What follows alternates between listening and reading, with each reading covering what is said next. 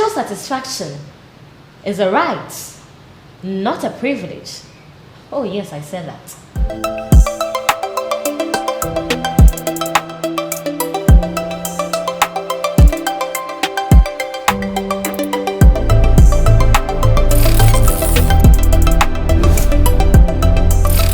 Hello and welcome to another exciting edition here on REFLO'S TV. This is your girl, REFLO'S Church Girl, and remember that this program has been brought to you by REFLO'S Sanitary Pads. Your well-being is our number one priority, my dear lady. This is the product that guarantees you quality and affordability. At the same time, I urge you to go out there and get one for yourself. And exciting news is that we have a new product on the market for our heavy flowing ladies. Extra long, extra wide, extra thick to hold you in the time of the month. Do purchase one for yourself. Today's conversation,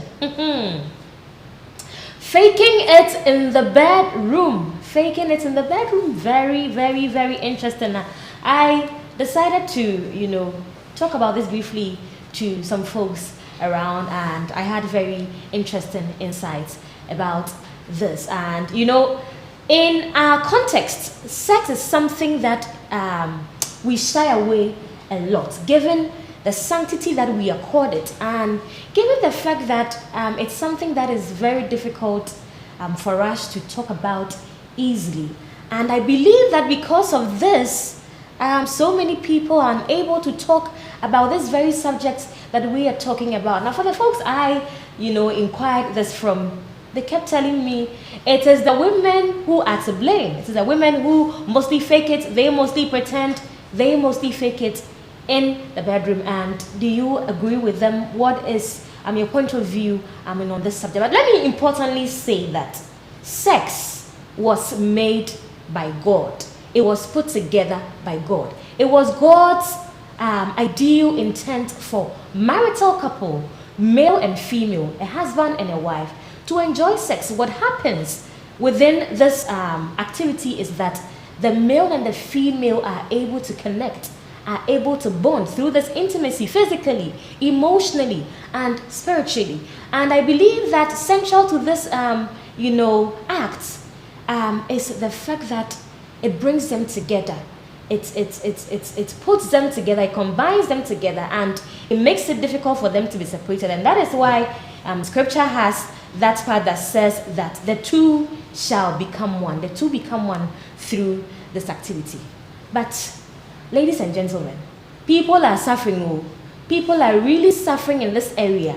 And most of the people are unable to come out just because they are afraid they will be labeled, they are afraid they will be called names. But as I said earlier, is it true that it is the women who fake it a lot? And when I ponder over this, I ask myself, why would women fake it?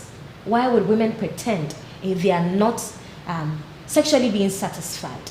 And I look at the male figure, men, commonly, very egotistic beings whose egos are easily shattered if you tell them something that, affects their self-importance and their being as a whole.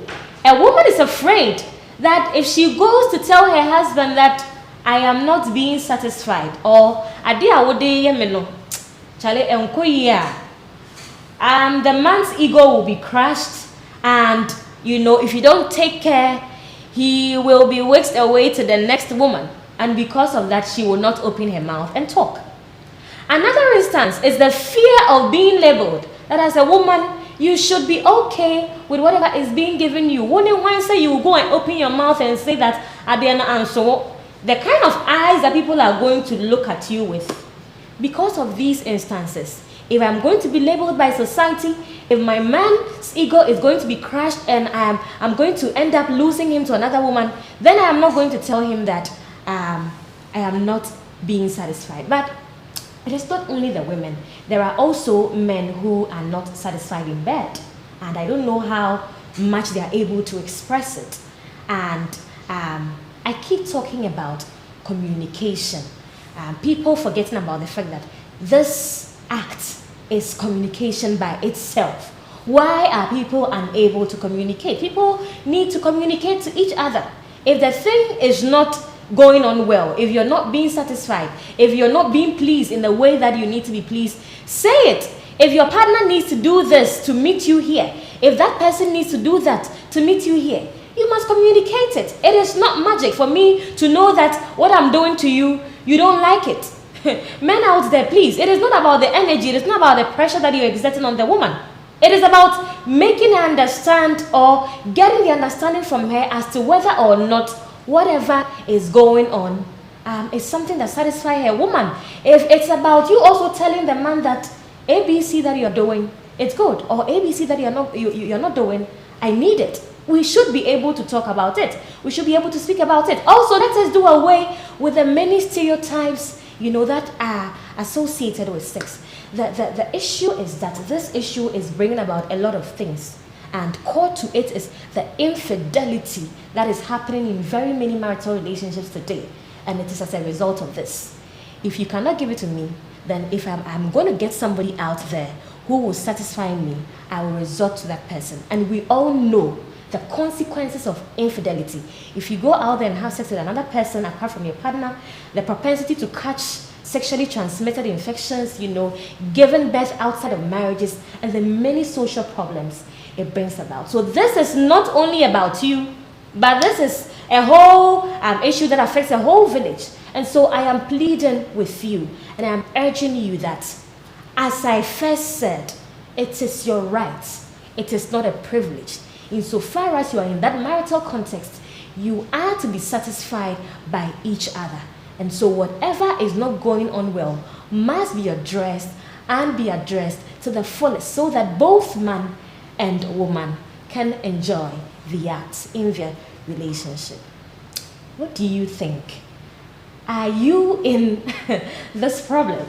Or do you know a story where a man or a woman has been at the receiving end of their partner faking it in the bedroom? What are the accounts that you can share in relation to this subject? I would want to see all of those in our comment section. But we have been brought to you by REFLO'S sanitary pads. We keep telling you that the woman's well-being is a #1 priority, and we are walking the talk. That is why we have rolled out a new product for our heavy-flowing ladies out there to keep them at that time of the month. Very quality, as usual, very affordable out there. If you want to purchase any of our products, dial 055-111-1169, 055-111-1169, or visit our office at Medina Social Welfare,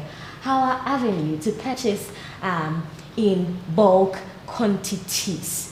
This video is brought to you by REFLO'S sanitary pads. Your well-being is a #1 priority, and always, as Church Girl will tell you, there is dignity in doing it right. So catch you same time next week on another exciting episode. It's a bye.